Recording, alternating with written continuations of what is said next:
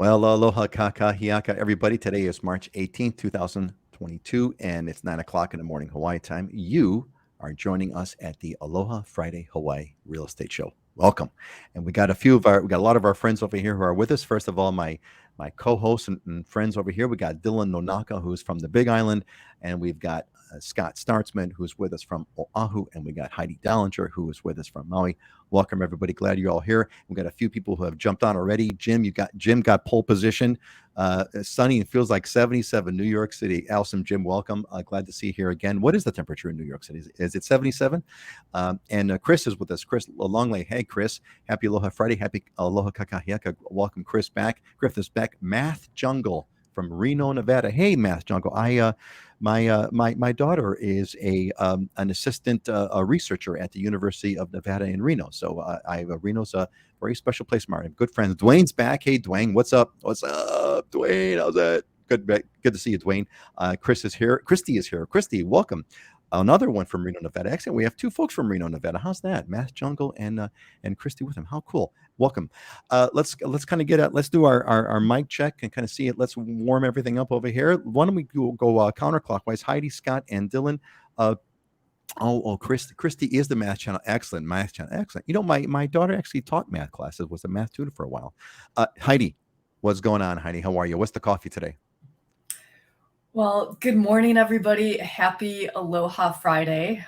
I have not had coffee yet, but I am looking forward to it very much after the show. So, as you know, who've been watching, I love coffee, and Maui has some of the best coffee. There you go. That's all that needs to be said. And until we get some coffee, I guess Heidi's not going to be talking. Heidi, you need to get you some more coffee so you'll talk some more. Anyway, Scott, how's it going, Scott? Give us the Oahu sound check there. How's it going?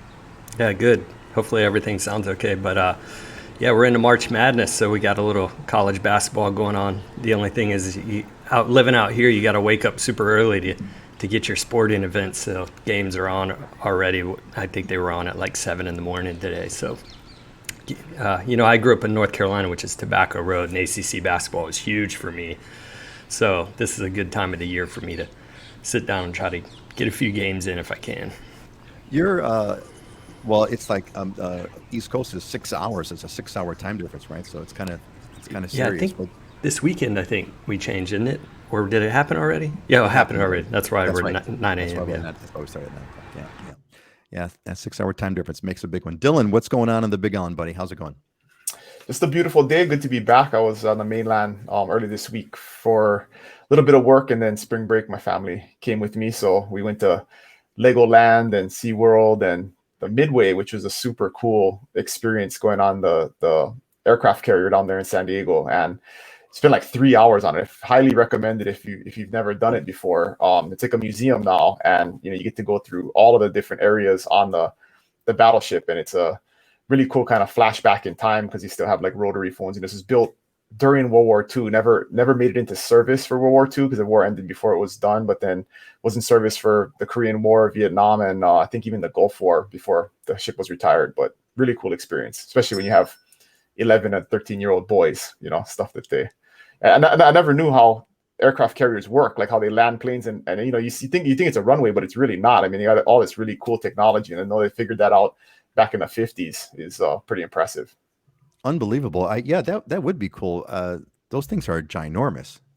And this is an old one. They're huge. Yeah, we literally spent 3 hours walking around on the ship, and stopped at a few places to get like they have guys vets from Navy vets that will talk about different areas of the ship and stuff. But I mean, literally, you can keep moving for 3 hours throughout the ship. I mean, it's you can go down to the engine rooms, all of the areas where they slept, and the mess decks, and then the bridge and the tower. You can go on all over the flight deck. It's really cool.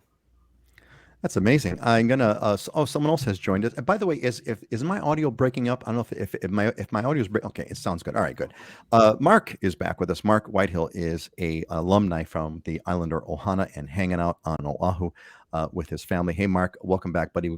Great to see you. Good to see you back. Neil is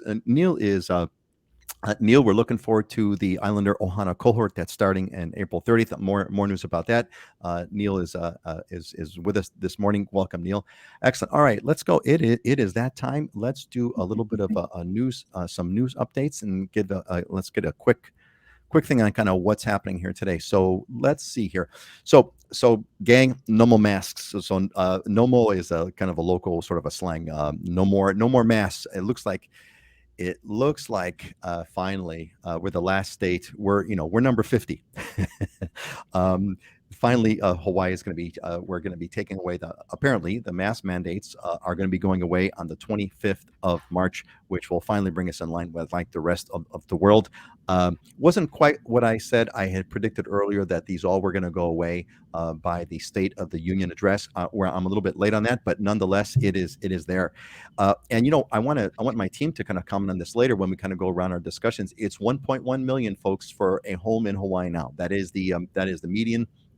That is the median sales price for Oahu and Maui. Kauai is actually at 1.3 million. So it's kind of amazing. If you've been with us on the show, we've been kind of tracking these prices, and it kind of inched up, and it was, I remember when it was below a million, and then it was a million, that was a big deal, and now it's at 1.1 already. So anyway, so there's some other stories going on about pets. Pets are getting, if you're bummed out about if you've gotten squeezed out of the market in Hawaii because of high prices, well, don't worry. So are cats and pets are getting squeezed out of the market. So there's a sad story, frankly, and maybe Heidi can comment on this. Is Maui County, the number one reason that family give up their pets, according to the humane societies there, is that they can't keep them because of housing. Pets and rentals do not go well together. Dylan had made this comment a long time ago. Good luck if you're trying to get a pet in. So if you are planning on bringing pets, you got to do a lot of extra planning for that.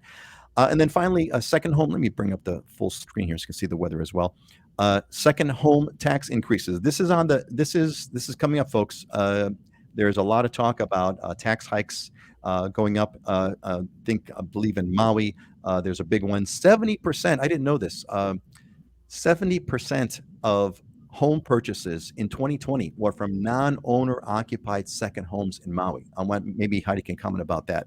So there is talk about increasing those second home taxes. If you're looking at buying a home in Hawaii, certainly on Maui, if it's going to be your second home, be prepared to pay for additional taxes that are going to be going up. There's a couple of other stories, but I want to go around. There's been a Russian spy. We have a Russian spy story. I don't know if you guys heard about that. There's a Russian spy on Kauai that was trying to lobby getting the. There's an old Fort Elizabeth is one of the oldest, if not the first fort, and it was built by Russians way pre-statehood in the 1800s or something like that. There's a little bit of controversy. So Hawaii's got a Russian spy, and there's a Waipio road closure. Dylan, I want to hear about that. So why don't we do this? So let's do local news. Dylan, why don't we let's go clockwise. Dylan, Scott, and Heidi. Dylan, there was a road closure in Waipio, but I mean, if you want to comment on that at all, I don't know if that's kind of being a big deal or not. But what else is going on the Big On market updates, news updates? What do you got, Dylan? Unmute. From the market update standpoint, we're like broken records. I mean, saying the market is still strong. The number of units continue to fall just because of the reduced number of properties on the market. But the interesting thing this last month was there was actually a decrease in the overall median value for the island of Hawaii. But that's mainly due to all of the sales shifting to the east side. So because the west side sales have almost dried up. There's hardly any inventory. There's more homes selling on the east and the rural parts of the island, which is dragging the median price down, right? Because median is not average. Median is the middle home that's sold. So there's just less stuff that's selling in the higher price ranges because that stuff is all been sold. And so the homes in the areas with more affordable homes are selling at a higher rate, which is kind of bringing that median price down. So it's an interesting kind of shift in the stats this last month. But condo sales over 100% island wide and pretty much in every market. So people are getting over 100% of what they're asking for in the condo market. So it's totally on fire. Wait. They're getting over 100% from asking. So you're saying that if they're asking, let's say 300,000, They're getting 600,000. Well, on average, they're getting On average. 101% is what it is, right? So just over. So, but there's Oh, definitely okay. many condos selling for 10, 20% over list price. So it's in the west side of the island, it's actually 105%, but then island wide it's 101% average list to sold price. Yeah. So Got it. we don't see that too often where the overall, we'll see onesie twosies there, but where overall the average is over 100% is pretty unique. Right, because usually you get something you won't expect to get your listing price in a typical market. You get a little bit below because et cetera, et cetera. Okay, yeah, and on average it's always below. It's like 95%, 96%. Okay, It's kind of is in a normal market. And land, it's like 90%. A lot of times you can negotiate land prices way down, but yeah, very, very strong final list of sold price across the board. At homes, it's 97%. Land, it's 91%. So really strong across the board. This thing ain't going up. Scott, before we go to you, I want to. Okay, so gang, so Christy says hello from the ninth island. Aloha, Christy. Welcome. We're glad you're here. So here's a trivia question for our audience here. So what is the ninth island? What is the ninth island? Pop that in the comments. What is the ninth island? Scott, give us the update. What's going on Oahu? News, real estate, anything you want to share about Oahu?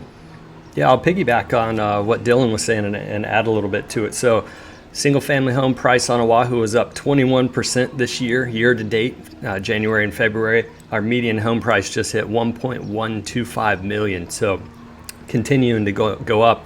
And our list to sales price ratio on average for single family homes here is 101%. So sellers are on average getting more, 1% more than what they're listing it for. The interesting thing is I actually ran my numbers just to see kind of how I compete with the marketplace. I'm getting 107% on average on the listings that I'm bringing on the market. So between negotiation and skill and whatnot, I'm significantly outperforming the market, which was good to see. The interesting thing for me though is condo prices, condo sales. Condo prices are up 10%. Sales are outpacing single family homes by a 2-to-1 ratio. So I call part of this what we call the spillover or the overflow demand effect. There's not enough homes in the single family home side, so we're actually seeing fewer sales happen on that single family home side, but that's because there's not enough inventory out there to choose from. So the condo sales are now taking off significantly and inventory is decreasing. The interesting thing, so I've been talking about this active number of single family homes on the market right now. In a normal market, we'll have 1,600 to 2,000 active homes on the market. At the bottom or at the height of 2006 market, at the low side, we had 814. We just hit 400. We finally got back to 400. We were in that 390 range. So I'm like, yay. But the reality is when you think of the perspective of that, it's nothing. I'm now the next step I'm wanting us to see is last year we were at like 450. Okay, I want to see us get back to that and increase. But here's what's happening with the condos. And I've mentioned this. We were at like 1,030 2 months ago. Previous episode 990, last episode 960. We're now at 899 active on the condos. So they're disappearing. That's where everyone's shifting to. They're more affordable and there's more options to choose from. So we're moving to that side. The inventory is shrinking. The prices should continue to increase. And Japan, the news of today is Japan announced that they are lifting their restrictions on travel and all the restrictions on COVID. So now the international buyer should come back. And tourism was off. I saw the other day, Japanese tourism was off 98%. So we have a huge influx from the international market to be able to come to Oahu. Man, I mean, and it just feels like it feels like we're so back to kind of normal again. I mean, I haven't driven through Waikiki for a long time, but all the stats are saying that I guess all the stats are saying that we're right back at pre-COVID levels of tourism, if not more. But I'm certain that is only for like analyzing the the westbound market, the mainland U.S. It's not counting the foreign market. So when that foreign market comes in, and you've made these predictions a long time ago, Scott. You said, "Hey, man, as soon as these international buyers start coming in, they're gonna, this is kind of I don't want to say kind of scare territory in terms of like the prices, but that this thing is showing no like Dylan said, we're broken records. We should just like have a pre-recorded version of like a show like last year. Just play it again. It's the same thing. Go ahead, Scott. I'm sorry. The one interesting thing is interest rates. I mean, we're clipping along, Right. where Just the gonna ask lack about of that. inventory, we're clipping along at the same price appreciation range as last year, but rates are almost at 4%. And Fannie and Freddie are getting out of that. They're trying to get out of the second home investment home market. So we've qualified some second home investor rates, and they're at like 4.75. So not only adding 20% on the appreciation, but add into the fact the interest rate's higher.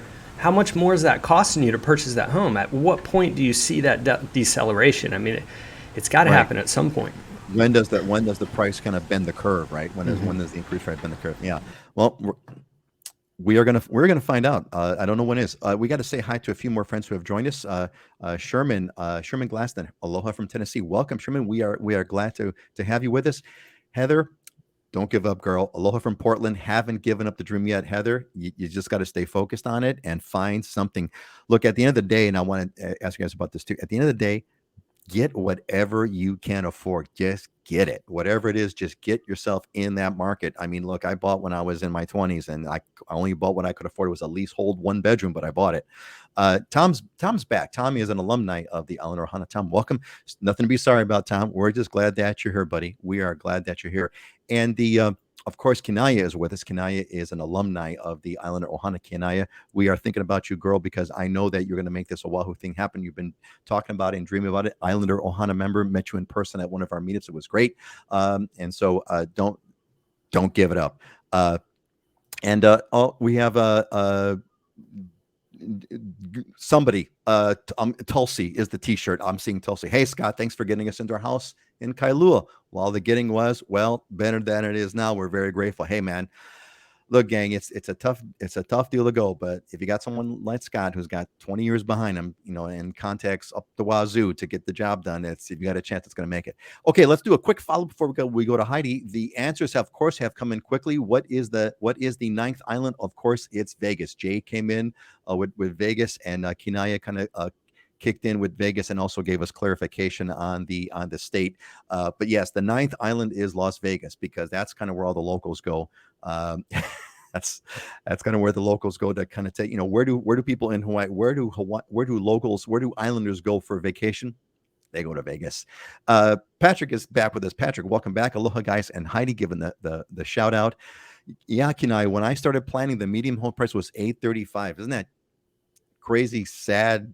You name it.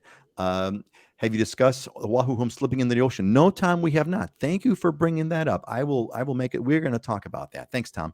Kyle, there we go. Carl Kelly. Scott is a prince. Yes, a prince. That's a good term. I've heard that used. Scott is a prince indeed. Prince. Prince Scott. It rings. It sounds good. It rolls off of my tongue. All right, Heidi, your turn. Heidi, what's going on Maui? Give us the update. Let's see. Yeah, give us the update, Heidi. News, market, whatever you want to talk about. Well, consistent with on the Big Island and on Oahu, I mean, our market's still extremely strong here. Condos prices are up 29.5% compared to last year. The median price for condos now is $725 on Maui. Single family homes 1.1. In February, we saw that the number of properties going under contract compared to this time last year was down about 30%. And I mean, that's really just a lack of inventory. The thing that keeps the market going is demand. And I have not seen that stopping, from my vantage point, which is being a realtor here and getting calls about properties. There's just more buyers in the market than there are sellers right now. So, I mean, very simply, that kind of shows you where things are. Vacation rental rates have been very strong.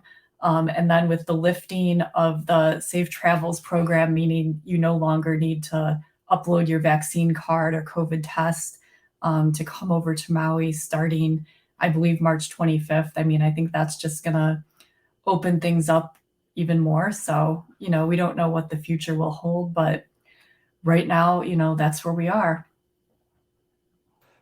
Yeah, it's going to be interesting to kind of look at the history of this. It's really been a completely remarkable thing, and we should talk about that, sometime. Like, what does this? So, what's the, what are the takeaways, right? What are the takeaways that have been that we kind of get out of this?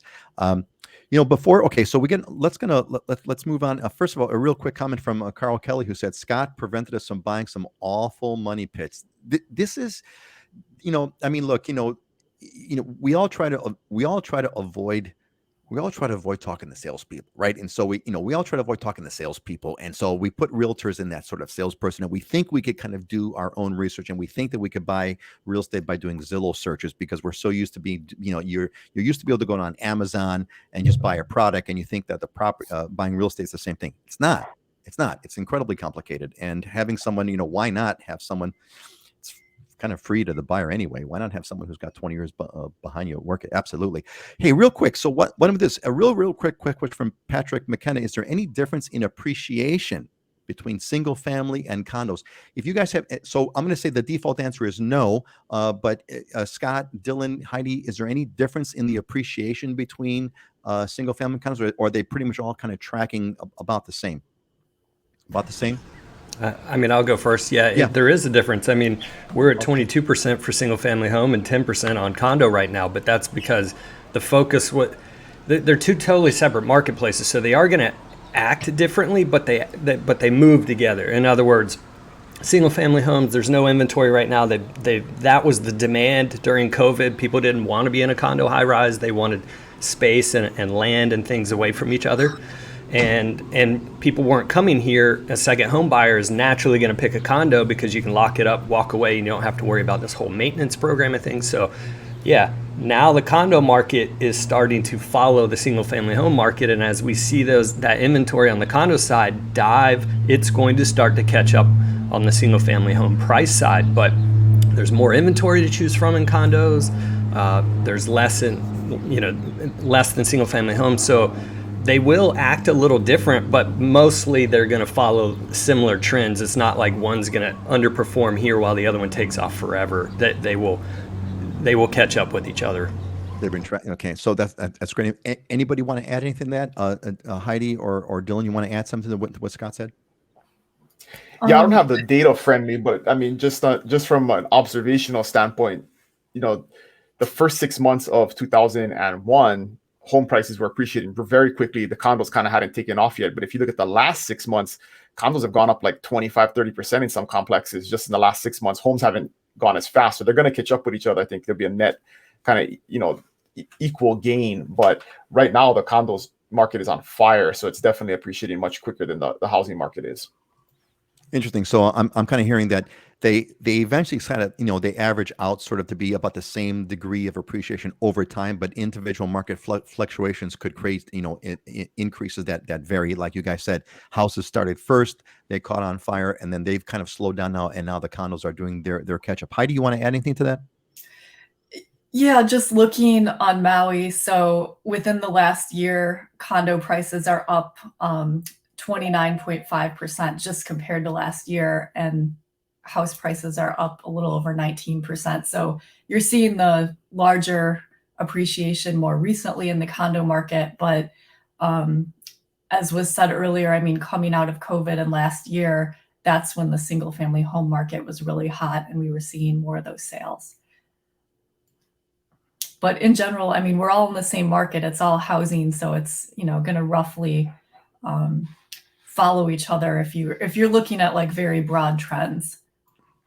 Yeah, over the long term kind of broad. Go ahead, Scott. And keep in mind, I mean, you could look single family home, you could look neighborhood to neighborhood, and they act different. So, when we talk broad numbers, so when I sit down with people, I always look, okay, here's what Island Wide's doing, and here's what the neighborhood you're looking in is doing, and how are they the similar, or how are they the same? So what should we expect? But I mean, you can break down single family home neighborhoods and they act different because they're different markets. Right. That's a really good way of looking at it. So the districts will vary in prices because of the difference of the market. But on an overall trend, it kind of, it's pretty kind of unmistakable. Very, very interesting. All right. So we're going to move on. I queued up my questions. So we're trying a new feature here. We started this a couple of shows ago and I kind of really enjoyed it. So I have a question for the Ohana. So this is a question that I like to get your folks. If you're watching, I'd like to get your folks' comments. Throw your response to this question in the comment slide, and I got a little bit of a twist on it. So we got this question from Craig, and Craig says, "Look, if I want to retire in Hawaii, is it best to buy a home or rent one? I currently own my home in San Diego." All right, so gang, so here's the twist now. So Craig's, as you saw, Craig owns a home in San Diego, and he's going to retire in Hawaii. So he's at retirement age. Should he rent or buy? Now, here's the twist I'd like you all to kind of think through over here. So the twist I'd like you to take is I'd like you to answer opposite of what you would do. So in other words, if you would buy, I want you to give a reason why renting might be a good idea. And if you're thinking of renting, why would buying be a good idea? Let's get a little bit of, I kind of want to shake this up, and I kind of want folks to think of this. There are good reasons. If Ray, if you're here, Ray is an Islander alumni, and Ray is retired, moved to Hawaii, and he's renting. And he gave good reasons why he's renting. So throw the answer. Let's kind of shake this up and see what it goes. What advice would you give Craig opposite to what you would do? Opposite to what you would do, if you want. If you can't kind of think opposite to what you would do, that's fine. Then give your reason for why he should rent or buy. But that's the Ohana question. I'd like y'all to get your feedback on that, and let's move on. And I'll throw the responses out. We had a quick question here. So Paul has been with us. Paul, welcome back. Paul has been with us on a bunch of shows. So I'm gonna. Let me read his question first, and before we talk, I want to kind of make a clarification. So his question is, so if Hawaiians refuse to build a significant number of units, what in the name of flippity flip causes inventory to rise? Great question. So Paul, quick clarification. So and this is like a little sort of a cultural tip for everybody. When you're talking about people that live in Hawaii residents, we do not use the term Hawaiians. Even though it's normally the case, if you live in California, you're a Californian, and if you live in Chicago, you're a Chicagoan, and if you live in New York, you're a New Yorker. But if you live in Hawaii, you're not a Hawaiian. You are a Hawaii resident, or I use the term Islander. You're a Hawaii Islander. But the term Hawaiian always means, if you're referring to a person, when you talk about Hawaiians, you're always referring to a native Hawaiian. Native American, a native Hawaiian, not a person that lives in Hawaii. So clarification, Paul, in case you use that in the future, just something to think about. Okay, so if Hawaiians refuse to build a segment, what does cause inventory to rise? Nothing, except people leaving it. I mean, it's almost like fixed inventory. It's kind of like, it's like Bitcoin. Price keeps going up because after a while there'll be no more Bitcoins being produced, and that's going to be the end of it. So the laws of economics kind of state what they state. Look, you could draw a direct line. Back in the 70s, there was a dramatic shift in the housing regulations. In the 70s, a lot of legislation popped out because people saw homes going up everywhere, and they all said, "Okay, this has got to stop," and it did. And the prices have gone up significantly. Anybody want to add their response to that? Let's go counterclockwise. If there's anything you want to add, Heidi, you go first, then Scott, then Dylan on Paul's topic. Well, as realtors, when we're talking about inventory, that's just the number of units for sale at any particular time. So if 5 people list their house in the neighborhood, we have inventory has increased. We have 5 new houses to sell. But you're completely right. I mean, the overall inventory is not growing. I mean, unless there's new building and new development, which is, I believe slowly over time will increase, but especially on Maui, it's a very, very slow process, and land is limited, and the amount of land that's actually zoned for development is limited. So it's not like the Midwest where there's just acres of cornfields that you can build houses on outside the perimeter. That's right, and nobody wants development in Hawaii. We don't want it, but we want a price to go down. Scott, you want to add, Scott, and then Dylan, anything you want to add to Paul's question? Yeah, prices going up to it's going to be an affordability thing at some point, or a larger economic catastrophe in some kind of way, major shift economically, like a pandemic or something that might might happen. But That didn't. yeah, The pandemic didn't do anything. It made prices worse. But I know it went the other direction. That's why it's like, oh, who knows? But yeah, I mean, affordability comes into play. So as prices keep going up, at some point you start to hit a ceiling. You start to lose people who can't afford that, or as interest rates go up because people buy on a monthly payment, most people. So the same thing starts to happen. So you start to lose the demand, and once you start to lose the demand side because we don't increase the supply side enough here, at least on Oahu, and pretty much throughout the Hawaiian Islands, and we're limited in land, then those two should start to balance out. If you start to have a bigger shift economically, then you may have more sellers come on the market at that point. Yeah, it's going to be interesting. I don't, obviously this can't go on forever, but it doesn't show any signs of stopping. Dylan, anything you want to add to this topic?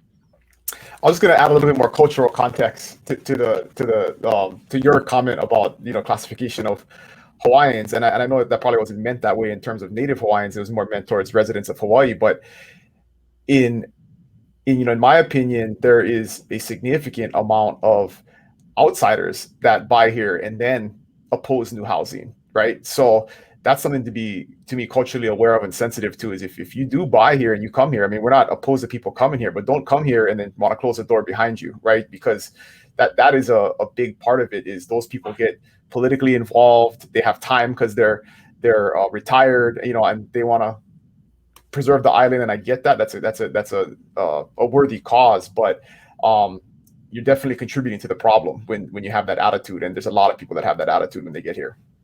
I believe you called that last haole off the boat syndrome, if I'm not mistaken. I couldn't recall if I had shared that term or not, but yes, that is. You did, and I actually made a video. That's a scientific term. I made a video about this. I made a video about it, and I posted it on the Living in Hawaii channel, which is and the title was, the worst kind of resident, and the worst kind of resident is the one that moves over here and says, hey, now that I've moved over here, nobody else can come in because I've got my piece. Yes. So no more homes after mine gets built. So yeah, thank you, Dylan, for sharing that. Yeah.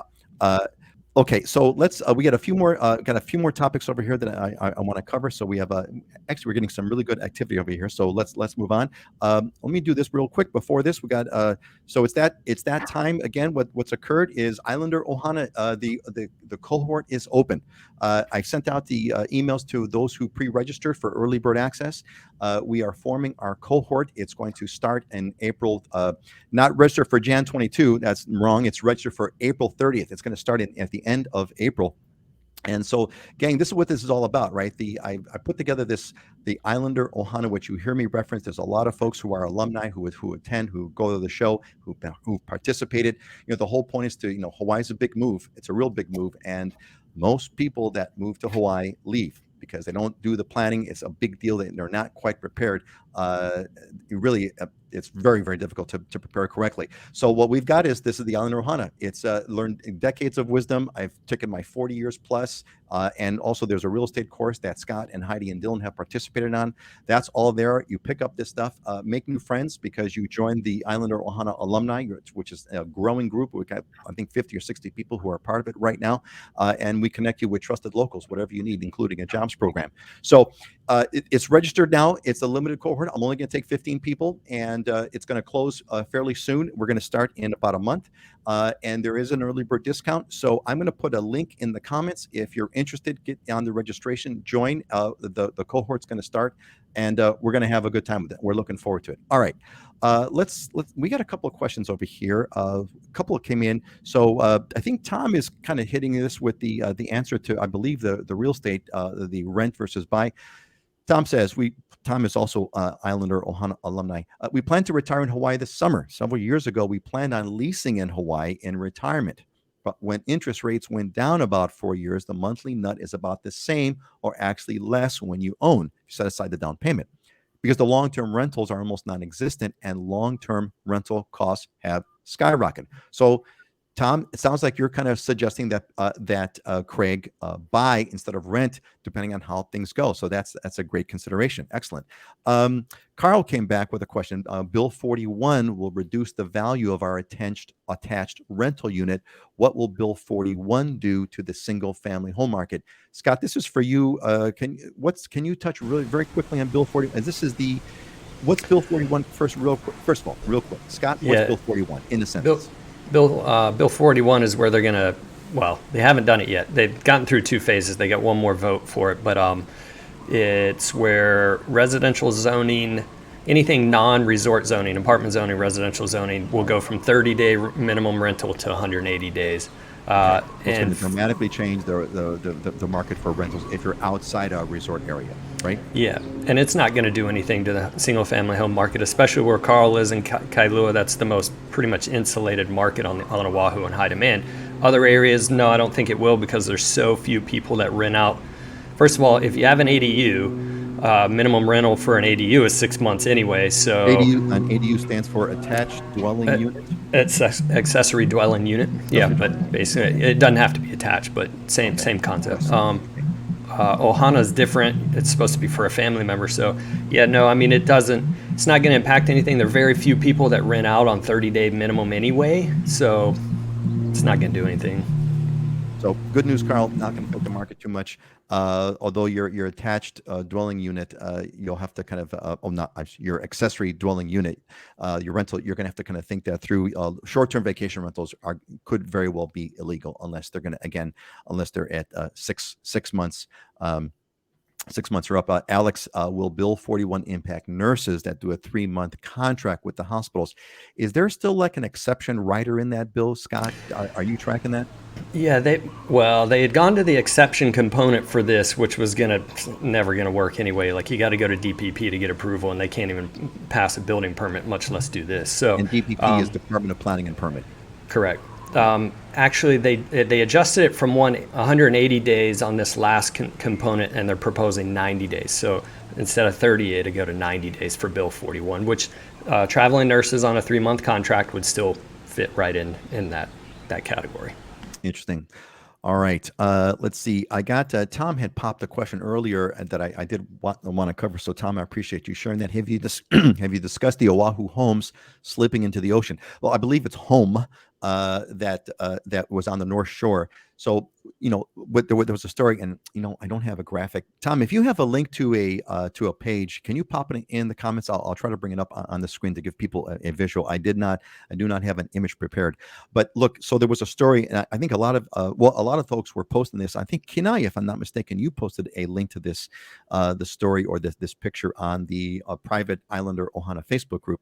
So there was a home on the North Shore that made the headlines for a couple days, where the home, basically fell into the ocean. It was like right on the shore, and there's sand, and the crashing waves, and the home kind of fell in. And so that caught a couple of headlines. So look, here's the bottom line on this: is that if you look at the island chain on a map with Kauai on the uppermost left-hand side. Actually, if you look at the entire Hawaiian chain, it spans really long. I believe Midway Island, if I'm not mistaken, is the northwesternmost, considered still a Hawaiian island. If you look at that entire chain of island, you'll see a very clear trend, which is the islands on the lower right, the most southeast, which is the Big Island, are the biggest, and the ones in the upper left-hand corner, the northwest, are the smallest. And that they weren't born that way. They changed that way. They all were once as big, probably, as the Big Island, but they all shrunk over time. And that wasn't because of climate change. That was because erosion, right? It's a fact of life. Island grows. Volcanic eruptions kind of grow the island, like the Big Island, still growing. They grow. And then, a long story, I don't want to get into the science of it. The volcanoes stop, because the islands actually move. There's like plate tectonics. Actually, the islands are moving to the northwest like an inch every 1,000 years, whatever the number is. Islands are moving to the northwest. And so after a while, they're off of this little hot spot where the volcano pops up, and so they move off, and the volcano stop, like on Oahu, for example. In Maui, the volcano stop. And as soon as the volcano stops, as soon as the island stops growing, it starts shrinking. So it shrinks. Island shrinks. And because it shrinks, well, if your home is on the edge, which a lot of these homes are, they're on the edge, island shrinks. Sooner or later, you got no more island. Boom, it falls. So that's the long and short. There's a whole kinds of issues they've been trying to kind of, there's all kinds of legislation. You're not supposed to, for example, you're not supposed to go in. There's the link. Thank you, Tom. And you know what? I can't click on that link. Darn it. I'll leave that link up in case you want to type in that long link. Unfortunately, I thought, Tom, I apologize. You got that link for me, and I appreciate it, and I can't open the link, unfortunately. Anyway, there's been all kinds of legislation. You guys want to kind of chime in on this and maybe what's going on in Maui and the Big Island and Oahu? There's laws. You cannot build seawalls. They don't want people building up seawalls, and I believe that's good reason. And so these people, they've tried other approaches like growing plants and trying to grow, sort of things that are going to stop the encroachment, but you can't stop the shrinking of the islands. You can't, the Big Island, one of these, in a zillion years, the Big Island will be the size of Kauai. And there's no amount of seawalls that you can do that's going to stop that. So when the big storms come, like the ones we just had, it chunks away at the beach. And it's a fact of life. Let's get some commentary clockwise. Dylan, then Scott, then Heidi. Anything you want to share about on sort of ocean homes falling into the ocean? It's not a problem yet on the Big Island, Dylan, but what's your take on all this? Simple. Don't buy a house on the water and you don't have to worry about it. This is why Polynesians built their homes up in the mountains. This is why beachfront property was the least valuable property of all. They used to bury their dead. Then us Howleys come and we want to live on the beach. Scott?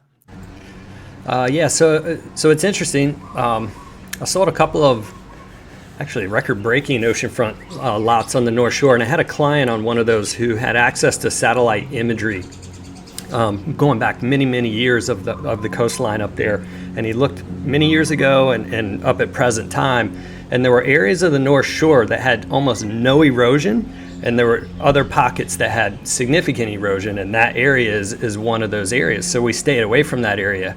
I mean, it's going to happen, especially.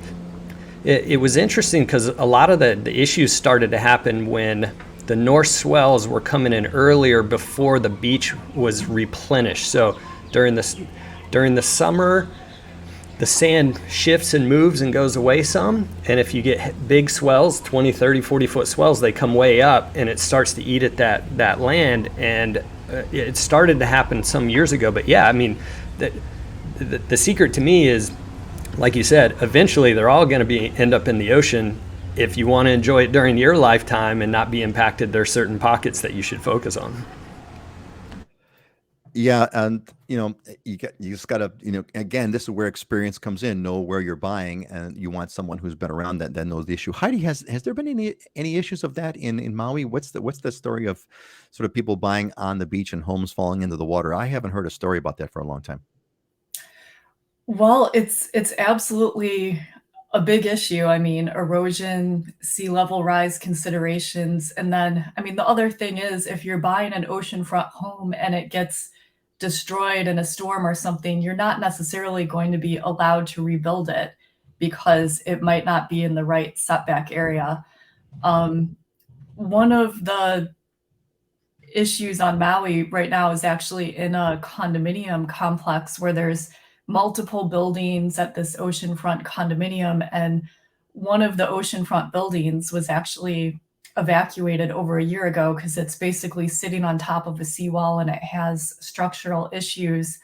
The condominium complex has applied to the county for permits to repair it, and basically they're saying no. So perhaps these 12 units might need to be relocated or removed permanently. So yeah, I would say it's definitely something that buyers need to know about. I mean, everybody wants to be oceanfront, but I mean, there's also considerations with that.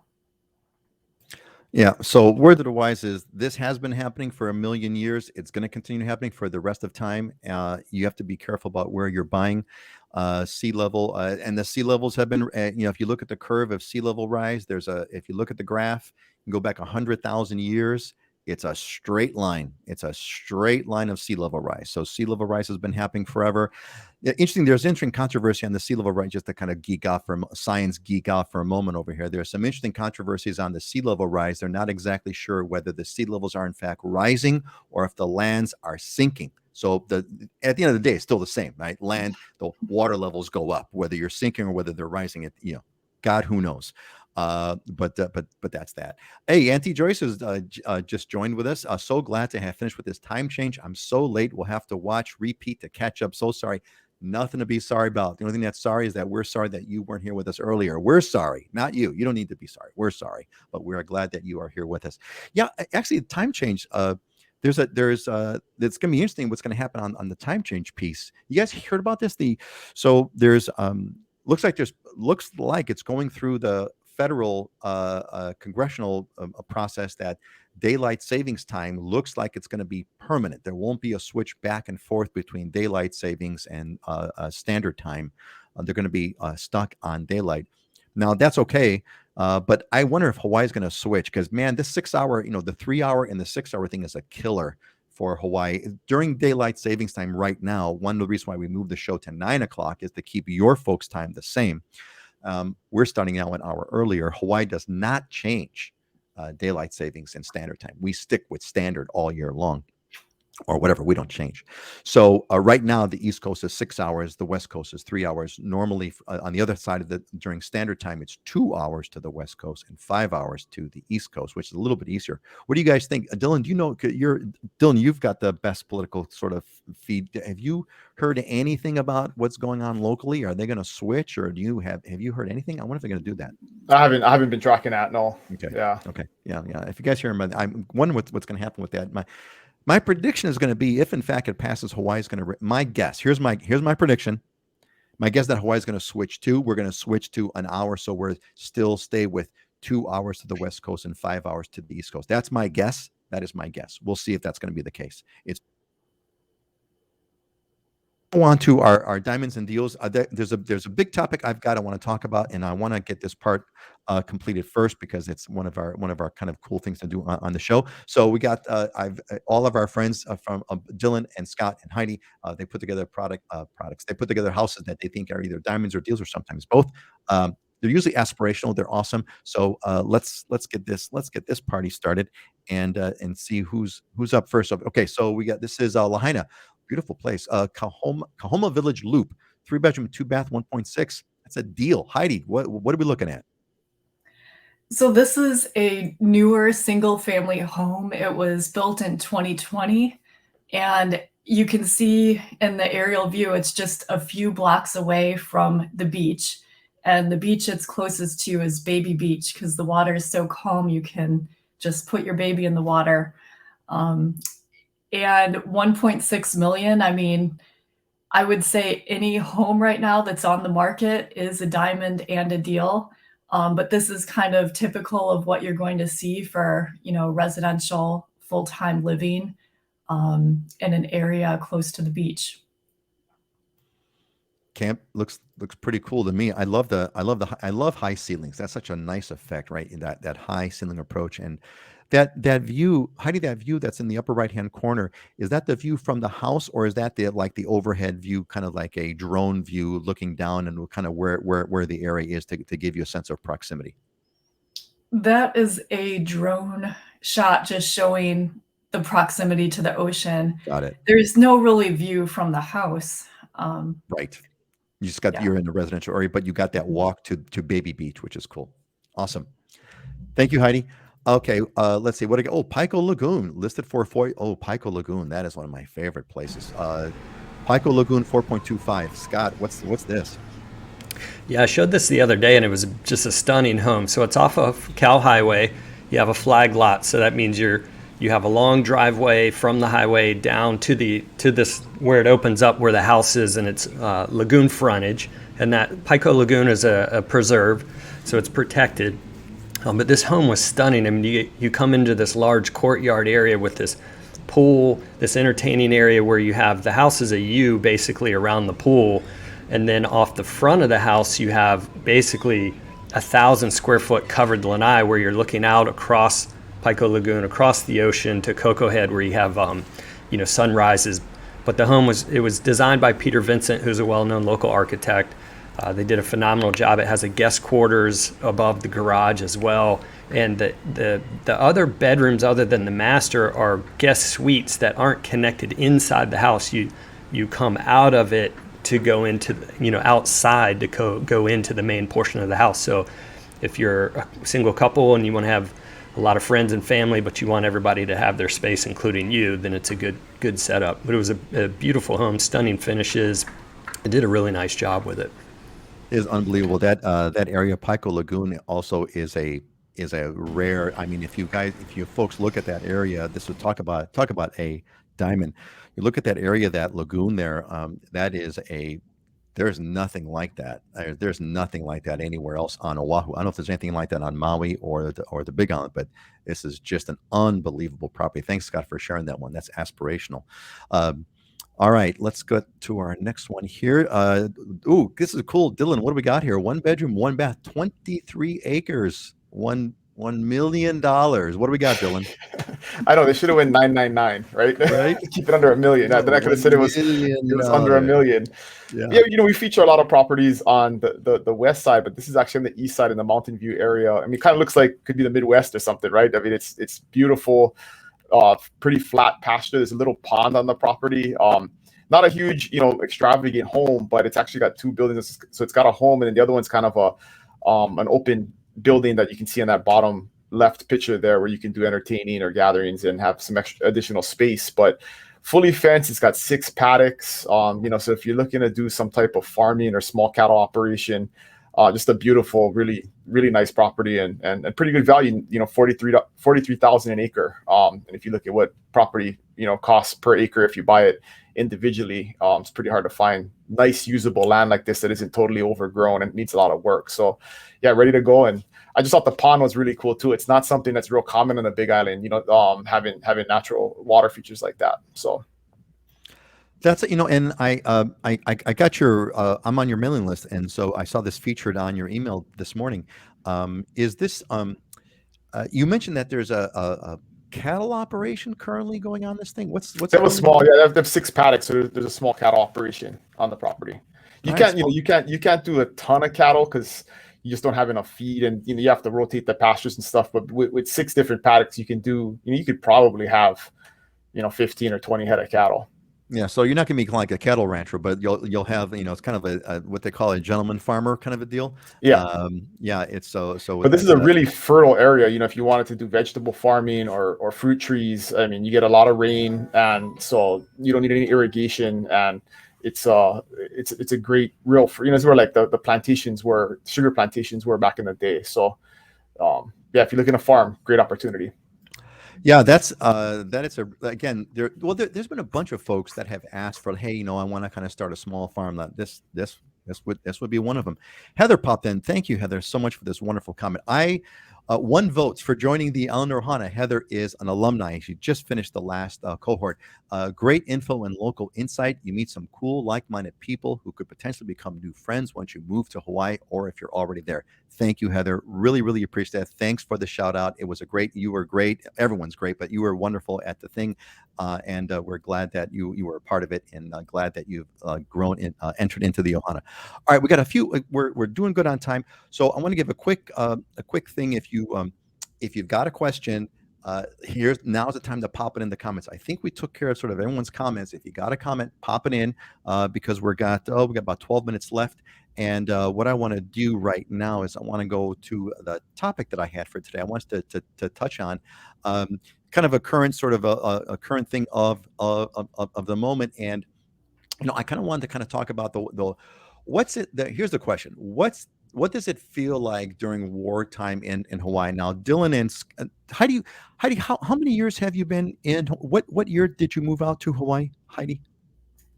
I moved to Hawaii January 2014. 2014. Okay. So you're coming to your 8-year anniversary. Scott's been here for 20 years. I've been here for almost 40 years. No, Scott, is it 20 years, Scott, or longer than that? Yeah, 22. Okay, 22 years. 22 years. I think I'm pushing 40 years in Hawaii. Dylan, you've been born and raised here. So to a certain degree of we've been through sort of some conflicts and sort of war in Hawaii. Hawaii, I don't know if you folks are aware of this or not, but Hawaii used to get if not all, I think most if not all of its oil came actually from Russia. That's affected on us. There's also, I wanted to kind of talk about what the vibe feels like in Hawaii during kind of wartime. Dylan, maybe you can. This might be a chat between you and me, Dylan. I'm not too sure, but well, Scott, you've been through some I think some conflicts that have been here locally. Dylan, how would you characterize what's the and Dylan, you actually are you are serving right now in the armed forces on the reserve, if I'm not mistaken.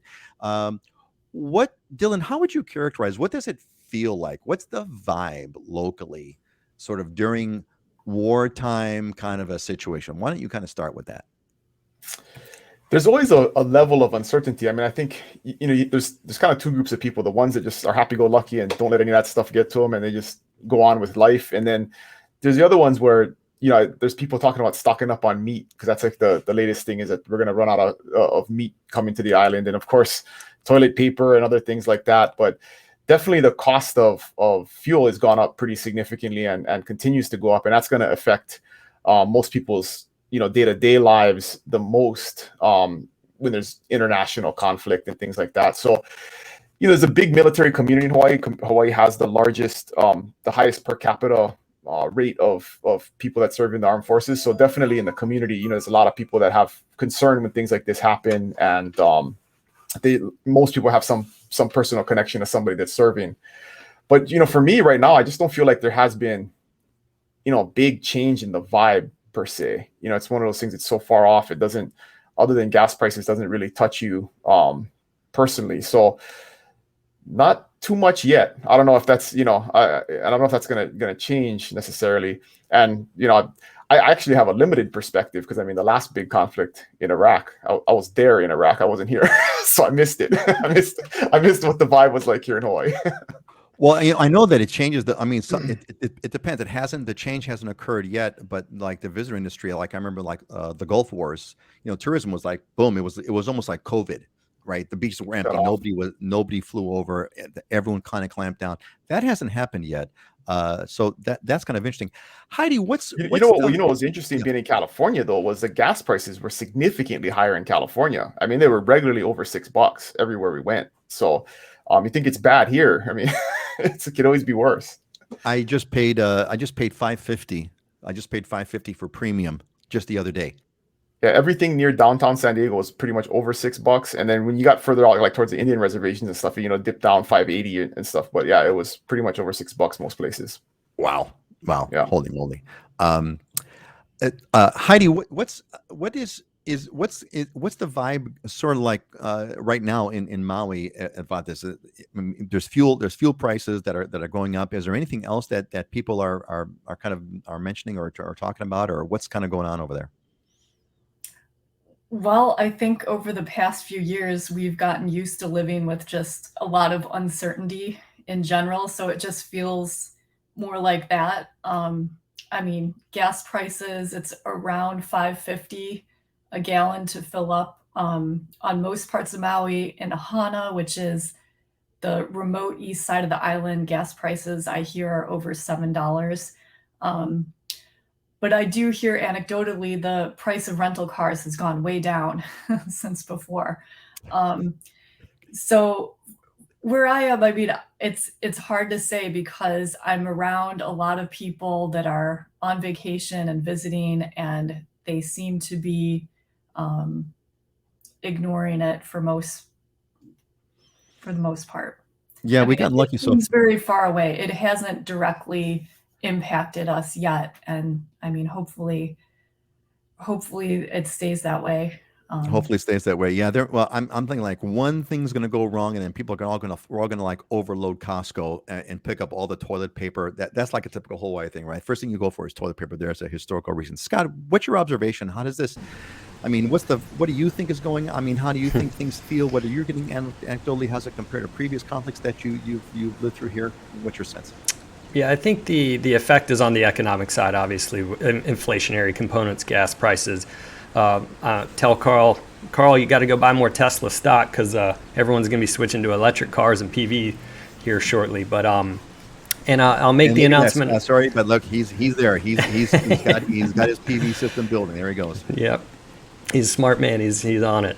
Yeah. And I always say, I mean, this conflict's halfway around the world. So was Iraq. There were other components to Iraq. So I kind of feel like it's the same as when all the turmoil that was going on in the mainland in Detroit and LA and other places. It's like, meh, we're out in the middle of the Pacific. We're living our island vibe a little bit. It hasn't affected us some socially other than economic, and even the economic impact is just in the beginning. We do, however, have Pacific Command here.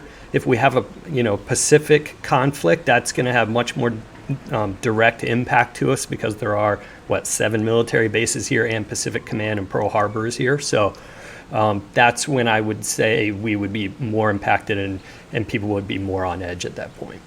I'll tell you one thing that comes to my mind is that this is the safest place on earth. That's what comes to my mind. Like, this is the safest place on earth. We're the most remote. We're in the middle of literally in the middle of nowhere. We have the world's greatest navy that is surrounded, is based here.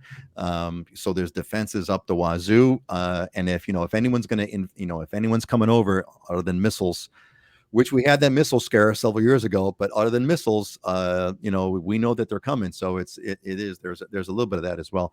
We got a couple of comments, and we're gonna start to close it up over here.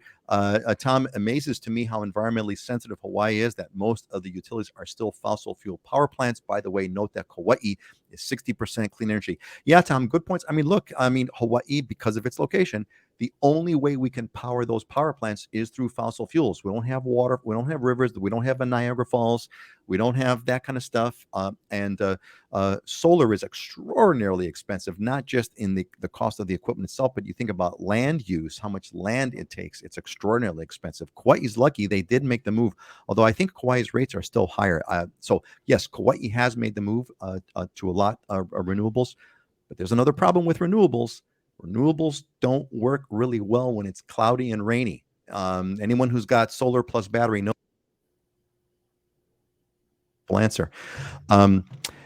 Okay, let's get a few comments over here, and then we'll start to wrap it up. Christy had put up a question for us here. Question: how close to condo buildings in Honolulu is the rail system going to be? Christy, it's going to all depend. Some areas there's condos like right next to it.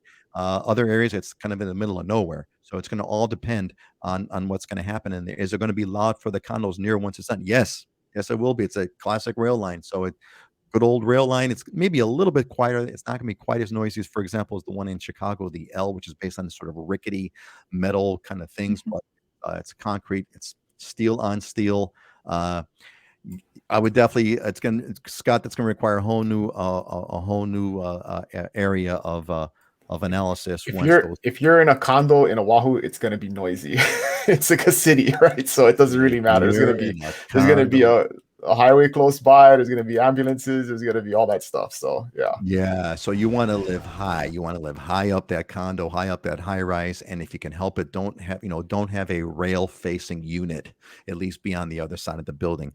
So Alex gave us a nice doomsday scenario. Wouldn't Hawaii get bombed first, especially since all the bases there are closest to the conflict? Well, like I said, it wouldn't get bombed. It might get missiled. We might get missiled, but hey, if we get missiled, then I don't worry about a thing, because then, put the target on my back and just kind of get it over with. So, I don't have to worry about it. All right. I think we got everybody. Carl's comment about Carl PV. Yeah, Carl, Carl, it's not cheap, right? It's not cheap. So you're basically prepaying. I did a PV and a battery system last year because of necessity, a variety of reasons. I'm glad I did now, because now when I hear about the rate increase, we're going to get a 10%, anywhere between a 10 and 20% increase to our electricity rates, which are already the highest in the nation. So that's almost to think about. It's not going to affect us too much. A lot less affect me, but that's only because I've prepaid my electric bill for the next 10 years, Carl. See, I've prepaid it for 10 years. Auntie Joyce, rental cars have gone up. Renting on a wall for 140 days, it was $800, and now it's $1,200 on Costco Travel. Yeah, well, there we go. All right. I think I caught everybody's thing. Jeremy, I'll be calling you back soon, Scott. Just as an FYI, I appreciate all the perspective and of all the parties on the show, though. Yep, Jeremy, glad to have you with us, and glad you're working with Scott. You are in the right hands, my friend. You are in the right hands. All right, let's wrap this up, folks. Let's move to our closing. We're going to try something a little bit different over here. We're going to go to our closing motivational thoughts over here. there may be some new graphics over here. Like I've told the team if they want to, they could change their own picture instead of just mine. So here we go. Dylan, Dylan, why don't you just do it? You do it. Yeah, every day is a good day, and if you don't believe that, just try missing one of them. So I think that's a good perspective on what we've been talking about. Is even there's lots of stuff going on in the world, you just got to be happy to be alive sometimes. Every day is a good day. You know, Dylan, what I love about one of the favorite things I love about you is that whenever I call and say, hey, how's it going, man? Your response is living the dream, which I took that and made that my tagline. Maybe I should have used this for the context today, but one of my personal philosophies in life is I'm having a good day as long as I'm not getting shot at, right? So once you've been shot at, you know what a bad day is like. So given the context of God bless you. God bless you, Dylan. Thank you for serving. But boy, isn't that the truth? That gives one heck of a perspective on life. Any day you're not getting shot at is a good day. Yeah. Jeez. Absolutely. Good one. Heidi, what's yours? The ultimate of being successful is giving yourself the time to do the things you want to do. And I just love this because there's so many definitions of success, and I think living is a creative act for each person. And this is just really about being thoughtful and putting your priorities in order and deciding how you want to live your life. You know, Heidi, I'm so glad you brought that up because no place I believe is more true than in Hawaii, where the measure of true wealth in Hawaii is not the material things that you possess, but the measure of true wealth in Hawaii is the time you have off. That's what we use on bragging rights, right? Bragging rights in Hawaii is not I live in this neighborhood or I got this car or I got this house. Bragging rights in Hawaii is I took the week off. And I went on a tour. I did this or I did that. That is that. So very well said, Heidi. Very well said. Scott, what's yours? Yeah, so true. And I guess I'm piggybacking off of Heidi. Life isn't about finding yourself. Life is about creating yourself. So right back to what we were just talking about now. So, what does that mean to you, Scott? That's a really deep thought, actually. That's really. I mean, no matter what, it's just whatever path you want to go down, go down. And if it's like you said, if you want to take a week off and enjoy it, enjoy that moment, whatever the moment is in front of you, make the most out of it. And, for me, I'm always diving into things that are outside of my comfort zone. So once a year, I always pick something that I've never done before. A couple of years ago, I started doing oil painting with a palette knife. I decided to do that one year. I took golf lessons, taking woodworking, things that shake it up for me. And when you do something that's different and you haven't done before and it's outside of your comfort zone, it forces you to learn, and you learn different and new perspectives, which is a part of me moving out here to Hawaii to begin with. I started to learn a different way of living and different cultures, and you just grow and expand on that. And that's the path you're taking in life. That's how I choose to go at it. Awesome. And it's kind of funny, but Dylan, we didn't plan this out, folks. We did not plan this out. But if you look, the theme for today is all unified, because here's mine. Proverbs, my favorite book, Proverbs 23:4. Do not wear yourself out to get rich.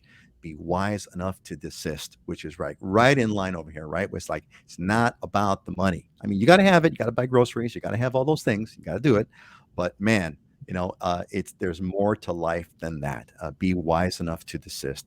So, all right, gang, with that, it was a great show as usual. And Tom just joined us. Tom Main just joined us from the UK. Tom, yeah, time wrong. Sorry, buddy. We had to switch this one out. You got to get on the newsletter. The newsletter's where I gave the update, but we'll hope to see you next time, Tom. You'll be with us. And Carl, instead of building overland railways, we should be digging tunnels. Carl, we've debated this out, like you have no idea, buddy. And I was personally involved with this rail project. I was against it 10 years ago, 15 years ago. Tunnels, all that stuff was brought up, and all good ideas. But here we are, Carl, with the worst project ever known to mankind. Anyway, look, we need to end on a positive note. You guys have been great. Love to be with you all again. See you all in a couple of weeks. Let's go counterclockwise. Heidi, then Scott, then Dylan. Say goodbye to everybody. Aloha, everybody. Have a great week. Have a good week. Thanks for the questions and for joining in. Have an awesome weekend, everybody. All right, folks. Aloha. Have a great one. Talk to you all in 2 weeks.